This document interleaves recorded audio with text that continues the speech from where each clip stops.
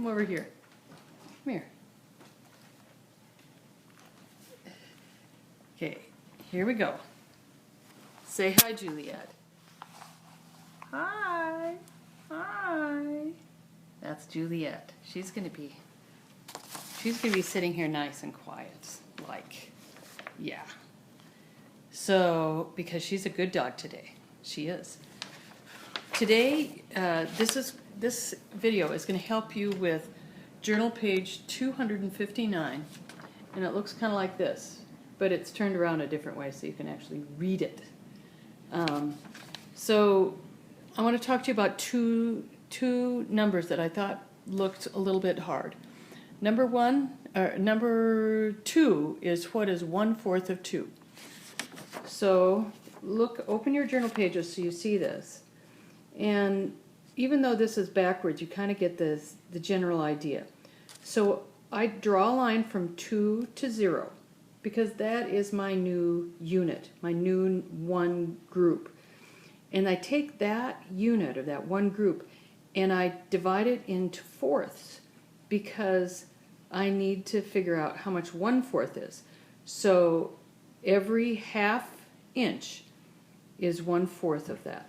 So it says here to see what 1/4 of 2 is, and so there it is. It's all drawn out. The other one I thought was kind of hard was number 10. It said, what is 1/2 of 3/8? I know, isn't that kind of all confusing there? And one thing I know about when I cut something in half, it's usually easiest if the numbers are even numbers, because then the 1/2 is an even number.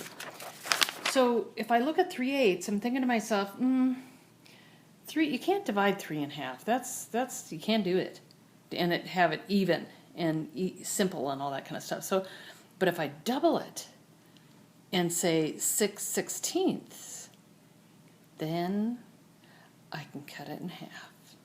Yeah, and so if you look on the number line, what I did was right up here, oh, Juliet, I told them you were the good dog today. So I drew a line and found what 3/8 were, and then I drew that line over to 0. And so I had to, that has to be cut up into 8ths. 3/8. No, let me see. What is 1/2 of 3/8? No, it doesn't. I found 3/8, and then I need to find a half of that.